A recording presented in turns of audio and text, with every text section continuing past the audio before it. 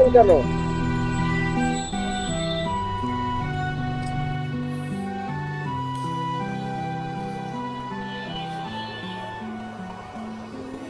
এককালে যার পরনে ছিল পুলিশের গর্বের পোশাক, আজ তার হাতে রিকশার হ্যান্ডেল আর কপালে ঘামের রেখা।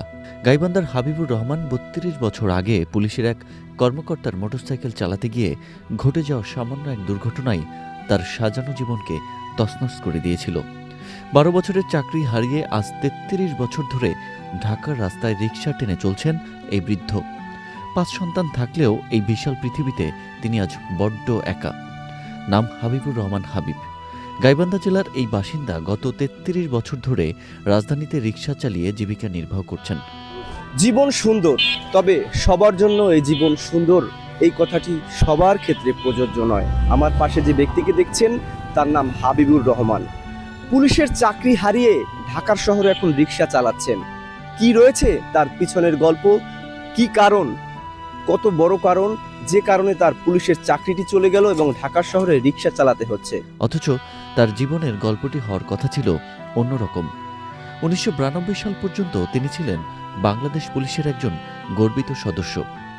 ১২ বছর অত্যন্ত সততার সাথে দায়িত্ব পালন করেছিলেন তিনি। কিন্তু সে বছর ঈদের সময় ঘটে যাওয়া একটি তুচ্ছ ঘটনায় তার ভাগ্যলিপি বদলে দেয়। হাবিবুর রহমান জানান, ১৯৯২ সালে এক পুলিশ কর্মকর্তার মোটরসাইকেল চালিয়ে তিনি অন্য এক স্থানে নিয়ে যাচ্ছিলেন। পথে একটি ছোটখাটো দুর্ঘটনা ঘটে যায়, যাতে মোটরসাইকেলটি সামান্য ক্ষতিগ্রস্তও হয়। এই সামান্য ভুলের জন্য মোটরসাইকেলের মালিক ওই পুলিশ কর্মকর্তা তৎকালীন পুলিশ সুপারের কাছে লিখিত অভিযোগ দেন। সেই অভিযোগের ভিত্তিতে কোনো বড় তদন্ত ছাড়াই চাকরিচ্যুত করা হয় হাবিবুর রহমানকে। আমি ১৯৮০ সালে পুলিশ ডিপার্টমেন্টে চাকরি জয়েন করি। প্রথম পটুয়াখালী, তারপরে সারদা পুলিশ একাডেমিতে ট্রেনিং করি। ট্রেনিং করার পরে আবার পটুয়াখালী, পরে পাবনা আসি। ৮১ সালে পাবনা আসি, তখন জিয়া সরকার মারা যায়। জিয়া আমাকে চাকরি দিয়েছিল, জিয়া সরকার আমাকে চাকরি দিয়েছিল। পাবনার এক ভদ্রলোক এসপি ছিল, আমি নওগাঁ পুলিশ লাইনে কর্মরত ছিলাম। মাত্র ১২ বছরের মাথায় হাতের চাকরি হারিয়ে দিশেহারা হয়ে পড়েন তিনি। বহু চেষ্টা করেও আর ফিরে পাননি সেই ইউনিফর্ম, ফিরে পাননি হারানো সম্মান। এরপর শুরু হয় তার জীবনের চরম লড়াই। গাইবান্ধা ছেড়ে চলে আসেন ঢাকাতে। পেটের দায়ে হাতে তুলে নেন রিকশার হাতল।